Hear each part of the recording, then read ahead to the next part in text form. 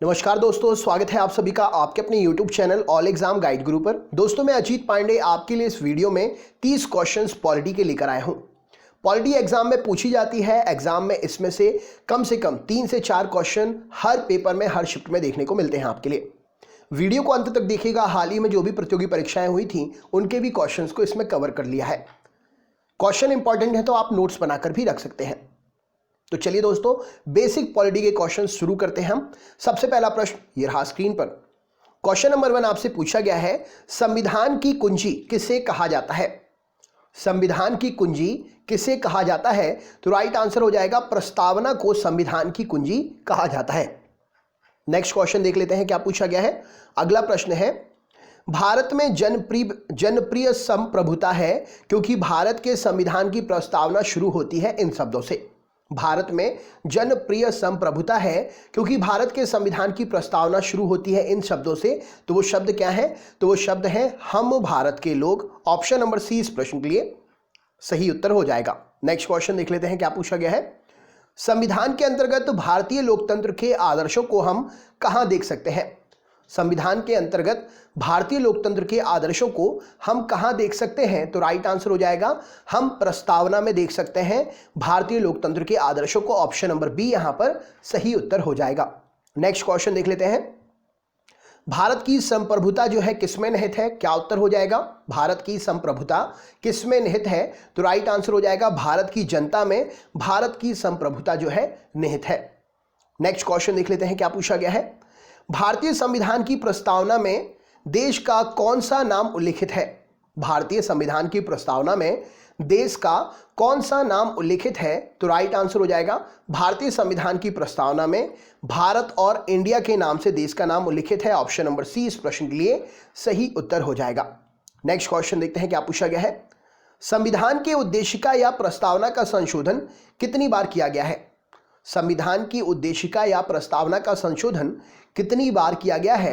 तो right answer हो जाएगा उद्देशिका या प्रस्तावना का संशोधन एक बार किया गया है। ऑप्शन नंबर सी इस प्रश्न के लिए सही उत्तर हो जाएगा। नेक्स्ट क्वेश्चन देखते हैं क्या पूछा गया है। भारतीय संविधान की प्रस्तावना में परिवर्तन किस संशोधन अधिनियम के द्वारा किया गया था? भारतीय संविधान की प्रस्तावना में परिवर्तन किस संविधान संशोधन अधिनियम के द्वारा किया गया था? तो ये संशोधन जो है ऑप्शन नंबर 42वां संशोधन 1976 में हुआ था। राइट आंसर है ऑप्शन नंबर सी इस प्रश्न के लिए सही उत्तर हो जाएगा। नेक्स्ट क्वेश्चन देखते हैं। भारत के संविधान की प्रस्तावना में समाजवादी, धर्मनिरपेक्ष और एकता और अखंडता शब्दों को किन संशोधन के द्वारा जोड़ा गया? भारत के संविधान की प्रस्तावना में समाजवादी, धर्मनिरपेक्ष एवं एकता और अखंडता शब्दों को किस संशोधन के द्वारा जोड़ा गया?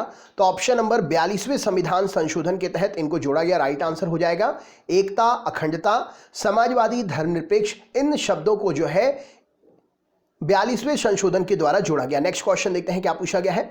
भारतीय संविधान के किस भाग में स्पष्ट रूप से घोषणा की गई है कि भारत एक धर्मनिरपेक्ष राज्य है? भारतीय संविधान के किस भाग में स्पष्ट रूप से घोषणा की गई है कि भारत एक धर्मनिरपेक्ष राज्य है? तो यह घोषणा संविधान की प्रस्तावना में देखने को मिलती है। ऑप्शन नंबर सी इस प्रश्न के लिए सही उत्तर हो जाएगा। संविधान की प्रस्तावना में स्पष्ट रूप से घोषणा की गई है कि भारत एक धर्मनिरपेक्ष राज्य है। नेक्स्ट क्वेश्चन देखते हैं क्या पूछा गया है।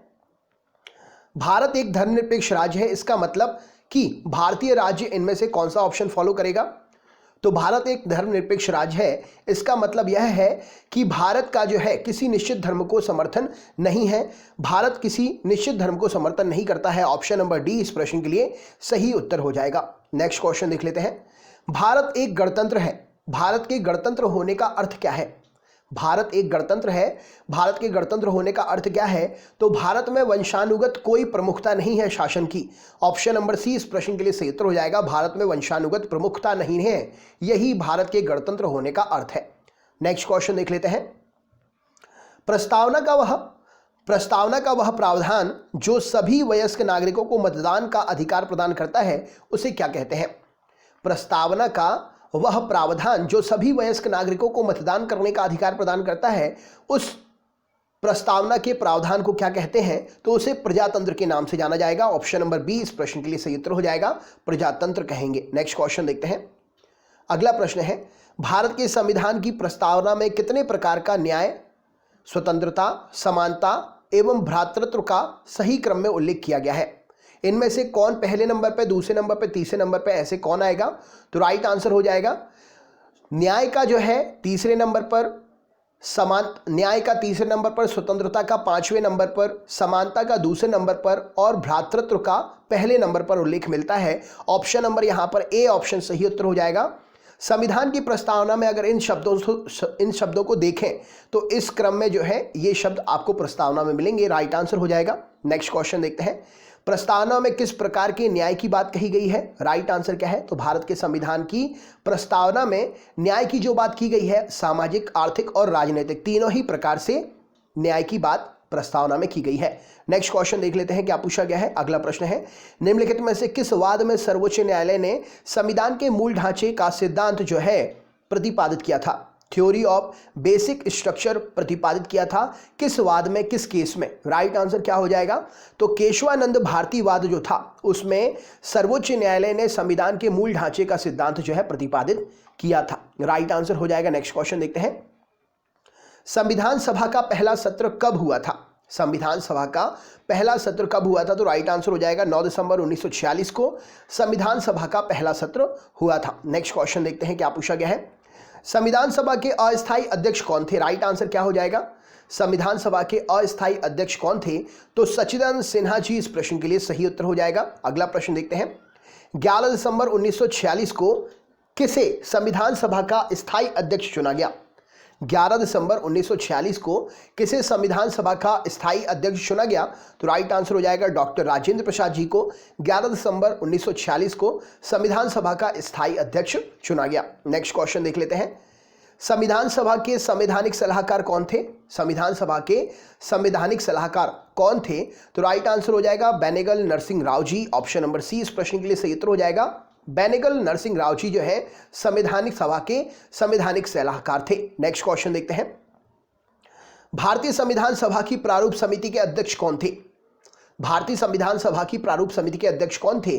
तो भीमराव अंबेडकर जी इस प्रश्न के लिए सही उत्तर हो जाएगा।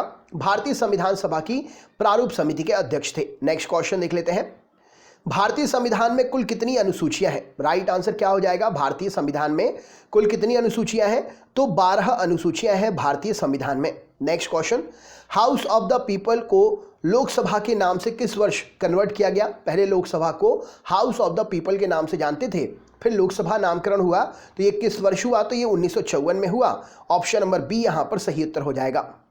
निम्नलिखित में से किस अधिकार को डॉक्टर भीमराव अंबेडकर ने संविधान की हृदय और आत्मा कहा था? निम्न में से किस अधिकार को भीमराव अंबेडकर ने संविधान का हृदय और आत्मा कहा था? तो राइट आंसर हो जाएगा संवैधानिक उपचारों के अधिकार को भीमराव अंबेडकर ने संविधान का हृदय और आत्मा कहा था। नेक्स्ट क्वेश्चन देख लेते हैं, भारतीय संविधान की आत्मा किसे कहा गया है? राइट आंसर क्या हो जाएगा? भारतीय संविधान की आत्मा किसे कहा गया है? तो भारतीय संविधान की आत्मा प्रस्तावना को कहा गया है। ऑप्शन नंबर बी इस प्रश्न के लिए सही उत्तर हो जाएगा। नेक्स्ट क्वेश्चन देखते हैं, संसद के 2 सत्रों के बीच की अवधि कितने माह से अधिक की नहीं होनी चाहिए?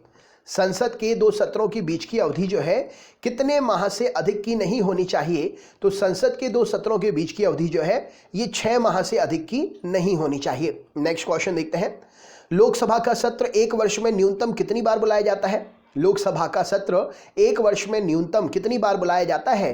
तो लोकसभा का सत्र 1 वर्ष में न्यूनतम 2 बार बुलाया जाता है। नेक्स्ट क्वेश्चन देखते हैं, लोकसभा के निर्वाचित सदस्यों की अधिकतम संख्या कितनी हो सकती है? लोकसभा के निर्वाचित सदस्यों की अधिकतम संख्या कितनी हो सकती है?